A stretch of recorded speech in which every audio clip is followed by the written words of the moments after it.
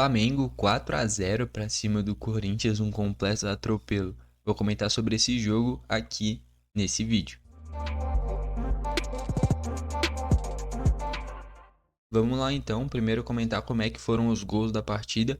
Um Flamengo que foi dominante desde o primeiro minuto, um Corinthians que está nesse processo de transição de técnico, né? Por sinal, eu já queria destacar, eu acho que a diretoria do Corinthians foi muito precoce na demissão do Ramon Dias. Se queria trocar o trabalho, já deixava acertado com o Dorival para que você ficasse no máximo um jogo com o interino e depois o Dorival já assumisse. O Corinthians ficou praticamente uma semana. Esse daqui, se eu não me engano, foi o terceiro jogo já com o interino. E com o interino que não desenvolveu nada. Foi basicamente só colocando mais do mesmo. E deu pra ver, era um Flamengo muito bem treinado, enfrentando um Corinthians que juntou bons jogadores, mas que estavam completamente perdidos, né? Então, o Flamengo abre o placar logo com 5 minutos de jogo, jogada do Cebolinha, e aí eu queria destacar a origem da jogada, porque o Flamengo foi avassalador, foi, mas na minha opinião o futebol é decidido em detalhes. E, por exemplo, esse primeiro gol do Flamengo, quem quiser pode olhar a origem da jogada, surge de um erro de domínio, um erro de passe do Ranieri. A partir daí abre uma brecha no meio defensivo do Corinthians, né? E o Arrascaeta já liga direto pro Cebolinha. Tem a ultrapassagem do Ayrton Lucas, o Mateuzinho fica indeciso se cobria a passagem do Ayrton Lucas ou ia no Cebolinha. Chega mais um, o Cebolinha dá uma ameaçada e esse cara já fica para trás. Abre todo o ângulo do chute e aí o Cebolinha finaliza muito bem, muito forte. Quando o Flamengo abre o placar, o Corinthians já se perde completamente. E foi um Flamengo que não tirou o pé do freio. Então, com 34 minutos faz o 2-0. Um gol que é muito parecido com o gol que o Arrascaeta mesmo tinha feito contra o Juventude. E isso daí fica nítido que não é por acaso essa jogada. Uma jogada em que ele vai se desvencilhando na marcação. Ele nem faz o que é o típico dos jogadores de preparar o chute para finalizar. Ele basicamente dá um passe pro gol, né? Ele já tinha feito isso contra o Juventude, um lance muito parecido agora faz contra o Corinthians. Então ele focado muito mais em se desvencilhar da marcação depois de um excelente pivô do Pedro, que jogou um absurdo por sinal, o Pedro. O Pedro por pouco não fez um gol antológico, cara. Ele deu uma caneta, não lembro se no André Ramalho ou no Gustavo Henrique. Acho que foi no André Ramalho. E aí ele passa pelo outro defensor e terminei uma grande defesa do Hugo Souza, que o Gerson, por sinal, ficou revoltado com o Pedro, que optou por finalizar. Eu acho que naquela altura do jogo já estava 3-0 inclusive. Mas ia ser um gol absurdo, né? Enfim, sobre o Arrascaeta, nessa jogada típica dele, que nem eu falei, já em um intervalo de tempo de menos de um mês, um segundo gol idêntico. Em que ele foca em se desvencilhar da marcação e dá um passe pro gol. Um golaço, gol de gênio. Terceiro gol, gol do Pedro.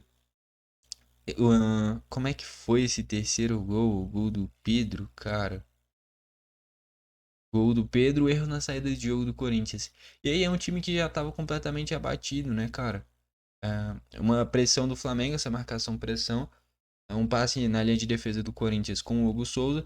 O Hugo foi tentar tocar no Ranieri. Na hora que ele pensa em dar o passe no Ranieri, já vem o Pedro, já vem o Cebolinha, todo mundo gruda no Ranieri. E o Pedro já chega finalizando de esquerda. E o Hugo, na minha visão, errou duas vezes no mesmo lance. O passe na fogueira, que ele erra, e depois ele poderia ter ao menos pulado, né? Ele chega só arrastando o joelho. Cara, ali deu a sensação de que ele queria tomar o gol.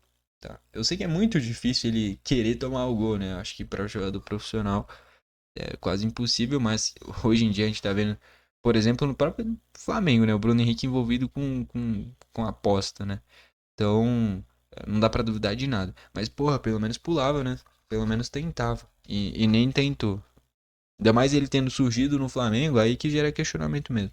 Por mais que o Hugo tenha feito algumas defesas difíceis, essa entregada pro Pedro foi realmente bem estranha. O passe e principalmente depois ele não ter nem pulado. E no segundo tempo, um jogo mais morno, né? O jogo já decidido. Não tinha porque o Flamengo forçar para desgastar jogador, poder machucar. E um Corinthians que, se tivesse 0-0 já dificilmente venceria. Tomando 3 sem treinador, com o Depay machucado ainda. machucado entre aspas, né? Se o jogo tivesse 1-0 pro Corinthians, eu acho que ele não estaria machucado. Como tava 3-0, acabou que sentiu uma lesão, né? Enfim. E aí, no segundo tempo, tem um pênalti pro Flamengo. Já queria destacar, pra mim é um absurdo dar um pênalti desse. Ainda mais o VAR chamar pra um pênaltizinho desse, cara. Um lance de um escanteio curto, um escanteio rápido. O Arrascaeta dribla o Coronado. O Coronado erra a bola, só que é um contato tão mínimo, cara, que assim, é só associar alguns fatos. Jogador profissional, bom, bem fisicamente, forte, um contato tão fraco. O Arrascaeta caiu com delay. Ele levou o bote errado do Coronado, nem pegou em cheio. Ele continua em pé. Quando ele vê que podia ser marcado pênalti, ele cai. Ele desmonta, ele desiste de seguir na jogada. E o juiz não dá em campo e o VAR chama para um pênaltizinho tão desse jeito, sabe? Ainda mais o Flamengo que esses dias atrás contra o Grêmio teve um pênalti tão escandaloso do Gerson com o braço aberto, que aí o VAR não chama. E aí um pênaltizinho desse que não foi nada, chama, cara. É algo que é realmente bem chato, né, cara? Chato, porque a arbitragem no Brasil é horrível. Horrível, sem critério. Né? Porque um pênalti com o braço aberto daquele jeito não dá. E um toquezinho desse, que teve que olhar 3.000 replays, colocar em câmera lenta pra ir ver o contato. Porra, se você já teve que colocar em câmera lenta, teve que olhar por 3, 4 ângulos pra ir encontrar o contato, claramente estava procurando esse pênalti, cara. E pro VAR intervir, na minha visão, tem que ser algo muito nítido. Tipo, o juiz não viu e é algo óbvio. Tá ali, ó, é pênalti. Tá bom. Ele vai lá, corrige a decisão dele e marca. Agora, o VAR chamou, aí teve que procurar uma câmera, aí não ficou nítido. Aí procurou outra, aí não ficou nítido. Aí colocou em câmera lenta, aí. Será que teve contato? Aí outra câmera, aí veio um raspãozinho no pé dele pra marcar o pênalti. Então, o VAR procurou um pênalti pro Flamengo. Mudaria alguma coisa no jogo? Não. E é por isso que precisaria menos ainda de ter inventado um pênalti desse. Chega, fica feio. O Flamengo venceria, passaria o carro, é muito melhor que o Corinthians hoje em dia. E a arbitragem ainda inventar um pênalti desse, eu que nem torço pro Corinthians, fiquei revoltado, porra. Um pênaltizinho desse chega a ser feio. Enfim, olhando para os destaques individuais aqui, primeiro do lado do Flamengo, utilização dessa vez do Ayrton Lucas na esquerda, né? Não foi o Alexandro. E com o Ayrton, muita ultrapassagem. A todo momento ele subindo, foi sempre um bom escape por esse lado esquerdo. O Wesley é a mesma coisa pela direita. Acabou que o Wesley nem precisou subir tanto, porque o Flamengo já criou o placar muito cedo, então não ultrapassou tanto. O Ayrton deu muito mais opção ofensiva, né, chegando muito mais à frente, porque é um cara que briga por posição. Entre Wesley e Varela, hoje o Wesley é muito titular. No lado esquerdo, entre Ayrton, Lucas e Alexandro, é um duelo muito mais disputado, que dependendo do adversário vai o Ayrton, dependendo vai o Alexandro, porque o Ayrton ataca melhor, o Alexandro defende melhor. Então é um lado muito mais disputado do que o outro lado, onde o Wesley é bem superior hoje em dia. Na dupla de zaga, para mim é um ponto crucial do Flamengo. Uma dupla de zaga absurda, com Léo Ortiz e Léo Pereira. Quase espiei. Meio de campo, cara, eu gostei demais do Pulgar. O Pulgar jogou de um absurdo, organizando essa construção do jogo, sempre dando essa primeira opção para os zagueiros. Cara, o Pulgar jogou demais. Os caras que foram eleitos para disputar o craque da partida foi o Pedro Arrascaeta e o De La Cruz. Eu discordo, para mim tinha que ser o Pedro Arrascaeta e talvez o Cebolinha ou o Pulgar. O De La Cruz só colocaram aí porque é estrangeiro, tá bom? Essa que é a verdade. Enfim, o Pulgar, por exemplo, jogou mais que o De La Cruz, o Cebolinha jogou mais que o De La Cruz. O De La Cruz foi discreto, não fez nada demais e tava ali brigando pra ser o craque da partida, nada a ver isso. Mas, com certeza, entre Pedro e Arrascaeta, os dois jogaram um absurdo. Na linha de frente, o Gerson nem precisou aparecer tanto no jogo, tanto é que foi substituído com menos de 20 do segundo tempo, para não precisar desgastar mesmo, ele que é importantíssimo pro time. O Arrascaeta é um absurdo, né? Que nem eu já falei. Cavou esse pênalti inventado, fez o golaço dele dando um passe. literalmente um passe direto pro gol, né? É ele que deu assistência pro gol do Cebolinha também. O Arrascaeta até o momento é o craque do Brasileirão, na minha opinião. Tá? Se juntar gols e assistências, ele provavelmente é o cara que lidera essa estatística. O que mais me impressiona é que o Reinaldo tá na briga pela artilharia, né, do Mirassol, né? Lateral esquerdo. Mas é porque ele bate pênalti também, né? Enfim. Mas o Arrascaeta pra mim é o craque do Brasileirão até o momento. Mas é muito cedo ainda.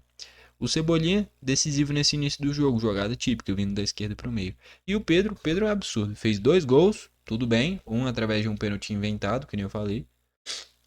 Mas mesmo assim, ele quase. O Arrascaeta, por sinal, quase fez um gol do meio de campo, né? Ia ser um gol antológico. Por detalhe, a bola não foi na direção do gol.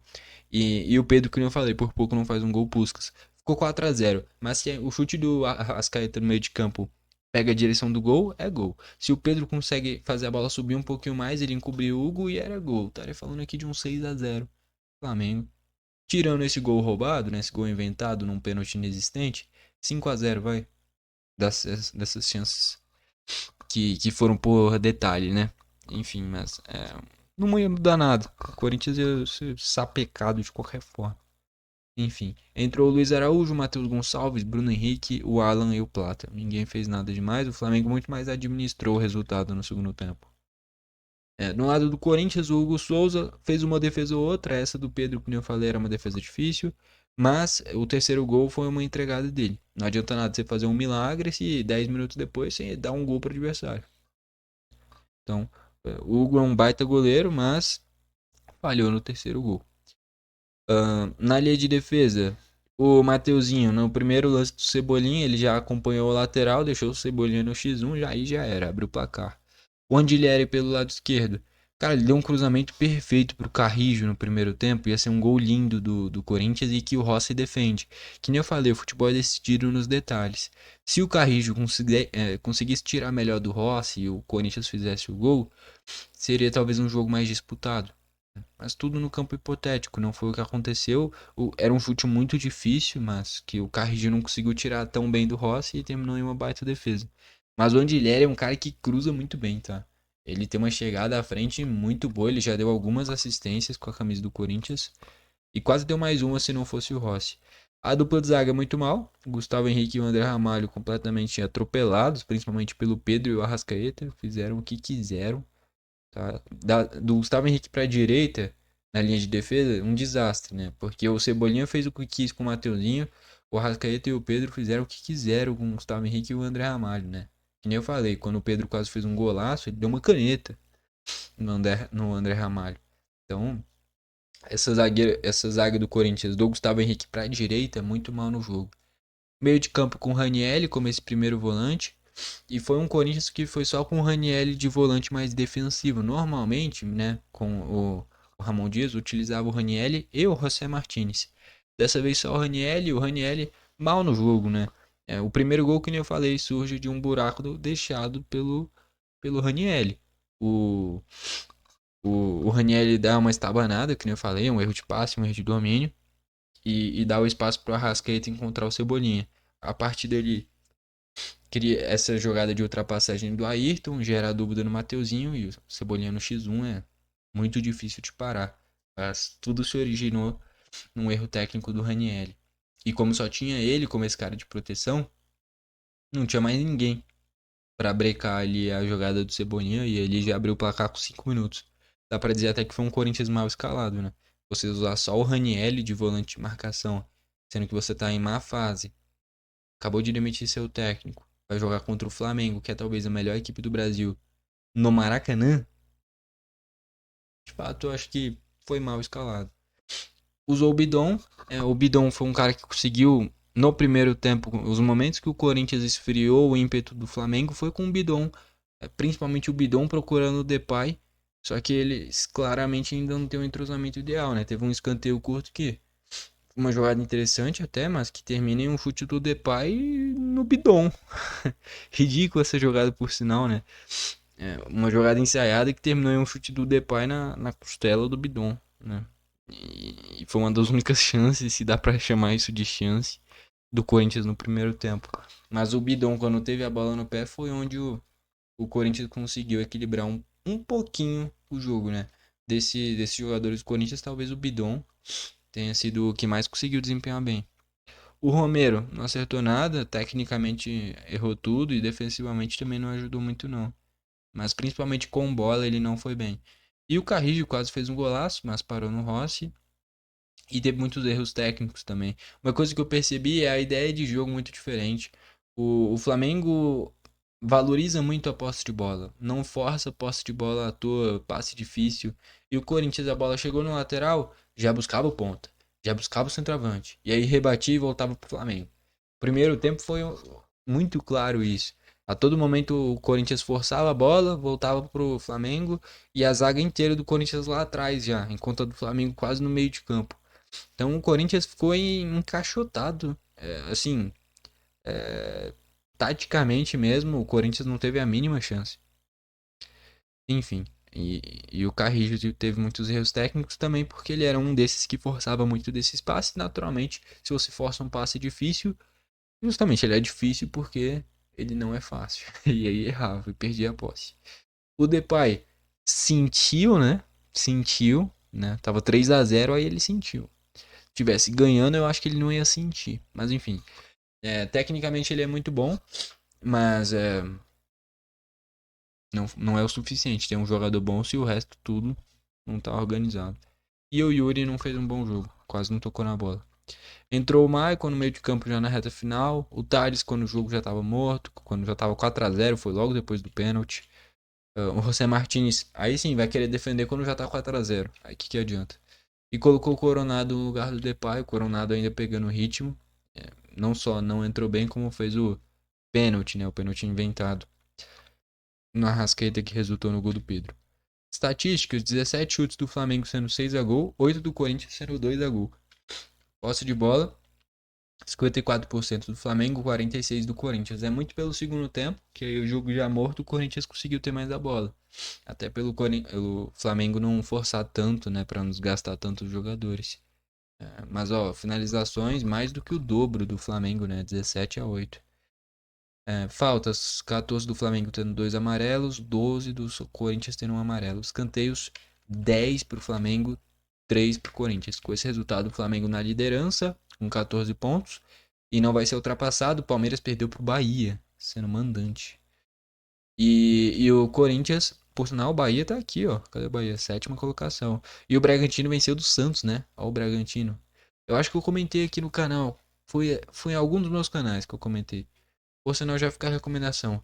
Quem gosta de apostar, Berg Tips. Quem quer ver alguns reacts, ver alguns gols, Berg Reacts. Quem quer ver análise dos jogos do Grêmio, Berg Grêmio. Quem quer ver análise de jogos da NBA, 21 NBA Club. Quem quer ver simulação de jogos que vão acontecer no FIFA, por exemplo, hoje mesmo já eu simulei Udinese e Bolonha, Defensa e Justiça e Racing, que vai ter na segunda. Futebol Online 21. Tá? Então fica essas recomendações para quem quiser, é só pesquisar esses nomes que eu citei no YouTube, tá?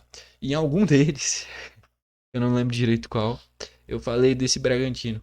O Bragantino fez um Paulistão horrível e eu falei, é um Bragantino que pode ao mesmo tempo brigar por Libertadores e é, brigar por rebaixamento. O mesmo time, porque é um time muito imprevisível esse time do Bragantino. Ainda mais com uma média de idade tão baixa, ou dá muito certo ou dá muito errado, cara. Ano passado deu muito errado, temporadas anteriores deu muito certo naquele Bragantino do Claudinho, né, que o Flamengo sempre tá especulando o Claudinho, por sinal, né?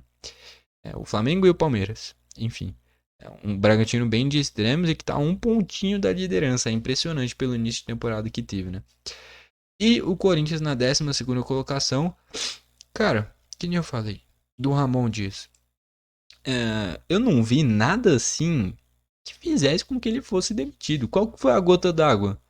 Ó, só vamos fechar aqui, ó. Craque da partida, pra mim é o Pedro, tá? Fez esses 2 gols, tudo bem, um através de um pênalti inventado, mas pelo gol que ele ia fazendo, um gol absurdo, né? Que ele ia fazendo um gol de Puskás praticamente. Se não fosse o Hugo, pra mim o Pedro o craque do jogo, se não fosse ele o Arrascaeta, os dois disparados melhores do jogo. Ó, o jogo que o Ramon Dias foi demitido. Eu acho que não vai aparecer tudo aí na tela, né? Mas é só pra eu conferir aqui pra entender melhor. Ó, O Corinthians no meio de semana venceu do Racing, né? Onde o Félix Torres foi expulso. Tinha vencido do Sport por 2-1. Foi contra o Fluminense, né? Quando perdeu em casa por 2-0 contra o Fluminense. É, foi isso. Realmente, perder em casa por 2-0 contra o Fluminense é um resultado ruim. Mas, que nem eu falei, se você vai demitir o Ramon Dias, você já tem que estar. Que vai ser o Dorival, o técnico agora. Já tem que estar conversado com o Dorival. Falava com o Dorival: ah, Dorival, se o Ramon Dias perder hoje, a gente vai demitir ele. Se a gente demitir ele, você topa vir pro Corinthians? Aí se ele falasse, ah, não, aí você mantém o Ramon até encontrar o substituto. Se ele falar, ah, sim, aí você demite. Espera passar pelo menos um dia para não ficar tão nítido que já tinha um substituto. E aí anuncia ele. Mas não ficar esse tempo todo com o interino. Então, porra, passou uma semana inteira. Corinthians jogando mal todos esses jogos. Tá aí o preço. 4-0 Flamengo. Enfim. Vamos aí pra reta final do vídeo. No final das contas, um completo atropelo. O Flamengo bem superior desde o primeiro minuto. E que nem eu falei, é nos detalhes. Então, assim, com 5 minutos de jogo, o Corinthians foi escalado só com o Ranieri como volante de marcação. O Ranieri acaba tendo uma jogada meio estabanada e a bola fica pro Flamengo. Já não tem mais esse volante de proteção. O Arrascaeta inteligentemente já liga direto no Cebolinha. O Ayrton passa aqui nem o foguete. Já deixa o Mateuzinho em dúvida se vai no Ayrton ou no Cebolinha. Nessa dúvida, o Cebolinha dá mais um corte e abre o placar. Abriu o placar ali, o Corinthians não ia ter o poder de reação. E a partir daí o Flamengo foi pressionando, pressionando, pressionando. Com 40 do primeiro tempo, o jogo já tinha terminado. Todo mundo já tinha visto que o Corinthians não ia ter poder de reação. Ainda mais sem técnico, sem o Depay, sem nada. Então, assim, é um Corinthians que de fato fez um jogo horrível. Um jogo que mostrou a discrepância hoje entre as duas equipes. Não à toa, nesse momento, né, o Corinthians nem técnico tinha. Nem técnico na beira do campo tinha, enquanto o Dorival ainda não começou a treinar o Corinthians, né? Então é de fato bem discrepante o nível do Flamengo para o Corinthians hoje em dia. E foi bem representado no placar. Que deveria ter sido 3, né? Porque, como eu falei, um pênalti inventado. Não precisava inventar um pênalti desse, já estava definido o resultado. Eu acho que o VAR apostou que ia ter pelo menos um golzinho no segundo tempo, porque não é possível ter chamado para um pênaltizinho desse, que nem eu falei. Viu o lance, aí colocou em outra câmera, aí colocou em velocidade menor, aí colocou em outra câmera, aí encontrou um contatozinho. Tanto é que o Arrascaeta fica em pé, ele cai com delay e o VAR chama ainda. Pelo amor de Deus, é um pênalti muito. É cada pênalti mais nítido que tem que não dão. E dá um pênaltizinho desse que me deixa irritado, cara. Se eles marcassem tudo, eu até entendi. Mas tem cada pênalti que é pênaltizão que não marcam. E aí um pênaltizinho desse, o VAR chama e marca. É complicado. É complicado. Enfim. É, no final das contas é isso. Não ia mudar nada, o Flamengo ia vencer da mesma forma. Mas nesse. Porra, o jogo decidido, assim. O VAR ainda intervir em um lance desse, porra, é realmente muito chato. Mas enfim, um jogaço do Flamengo. O Arrascaeta e o Pedro são de outro patamar. Enfim, pra mim o craque do jogo, o Pedro. Mas se não fosse ele, seria o Arrascaeta. Os dois jogaram um absurdo. Gostou do vídeo, deixa o like. Não gostou, deixa o dislike. Não esquece de se inscrever e ativar o sininho pro YouTube te mandar os vídeos novos. Valeu e falou.